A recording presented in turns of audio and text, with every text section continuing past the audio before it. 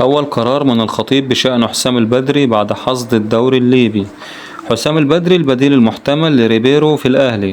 قال الإعلامي إيهاب الكومي أن إدارة الأهلي استقرت على استخدام حسام البدري لتولي القيادة الفنية للنادي الأهلي في حالة عدم استقرار الحالة الفنية الفترة المقبلة.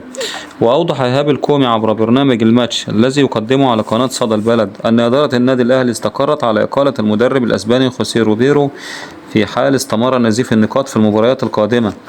وأضاف الكومي أن محمود الخطيب رئيس النادي الأهلي لن ينتظر حتى نهاية الموسم لمحاسبة الجهاز الفني بقيادة ريبيرو.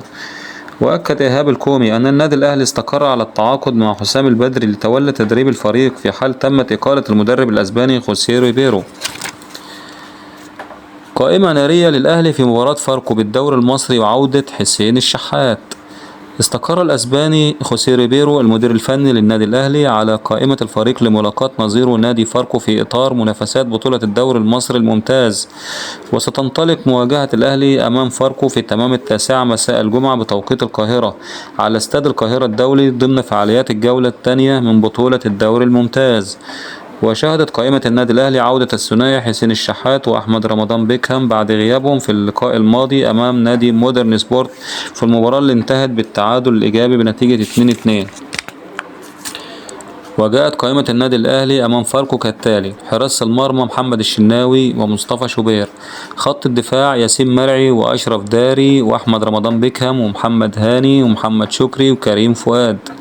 خط الوسط محمد علي بن رمضان، أحمد نبيل كوكا، أليو ديانج، أحمد مصطفى زيزو، طاهر محمد طاهر، حسين الشحات، أشرف بن شرقي، محمد مجدي قفشة، أحمد رضا، محمود حسن تريزيجيه. خط الهجوم محمد شريف والجرادي شار. واختتم الفريق الأول لكرة القدم بالنادي الأهلي تدريباته مساء اليوم على ملعب مختار التتش بالجزيرة استعدادا لمواجهة فاركو على استاد القاهرة مساء الجمعة في تمام 9. وعقد المدرب الأسباني خوسيه روبيرو محاضرة فنية قبل انطلاق المران ناقش خلالها العديد من الجوانب الخططية والفنية المتعلقة بالتحضير للمباراة. وخاض اللاعبون تدريبات بدنية متنوعة ضمن البرنامج الإعدادي تلتها فقرات فنية متخصصة، فيما أجرى حراس المرمى تدريبات خاصة استعدادا للقاء.